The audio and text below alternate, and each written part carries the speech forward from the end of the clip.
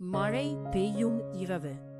கோல்கத்தா நகரத்தின் தெருக்கள் அமைதியாக இருந்தாலும் அங்கே பலரின் வாழ்க்கை வேதனையில் மூழ்கியிருந்தது. ஒரு சாலையின் ஓரத்தில் ஒரு மனிதன் உயிருக்கு போராடிக் கொண்டிருந்தான். உடல் முழுவதும் காயங்கள், பசி, வலி, தனிமை. அவரை சுற்றி மக்கள் இருந்தார்கள், ஆனால் யாரும் அருகில் வரவில்லை. ஏனெனில் அது தொழுநோய், பயம், அன்பை விட பெரியதாகிவிட்டது. அந்த நேரத்தில் ஒரு அமைதியான நடை, ஒரு கருணை நிறைந்த இதயம். மதர் தெரீசா அங்கே வந்தார். அவர் அந்த மனிதனை பார்த்தார். அந்த ஒரு பார்வை கருணையால் நிரம்பியிருந்தது. மக்கள் எச்சரித்தார்கள், அம்மா, அருகில் போகாதீர்கள்.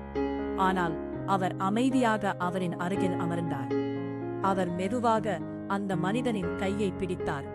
பல வருடங்களாக யாரும் தொட்டிராத அந்த கையை அன்புடன் தொட்டார். நீ தனியாக இல்லை என்று சொல்லி அவரை தூக்கிக் கொண்டு சென்றார். அவர் காயங்களை சுத்தம் செய்தார்.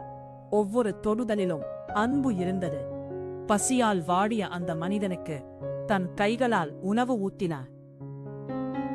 அது உணவு மட்டும் அல்ல, அது உயிர். அந்த மனிதன் அழுதான், வலிக்காக அல்ல, அன்பு கிடைத்ததற்காக.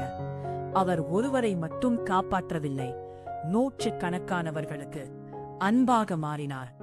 அவர் தொடங்கிய சாந்தி நகர். அங்கு பயமில்லை, அங்கு துன்பம் குறைந்தது. அங்கு மனிதர்கள் மீண்டும் மனிதர்களாக வாழ்ந்தார்கள். அவர் கைகள் மருந்தை விட வலிமையானது. அது அன்பை கொடுத்தது.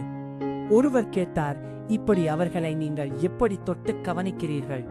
அவர் சிரித்தார், அவர்களில் நான் கடவுளை பார்க்கிறேன் என்று அமைதியாக சொன்னார்.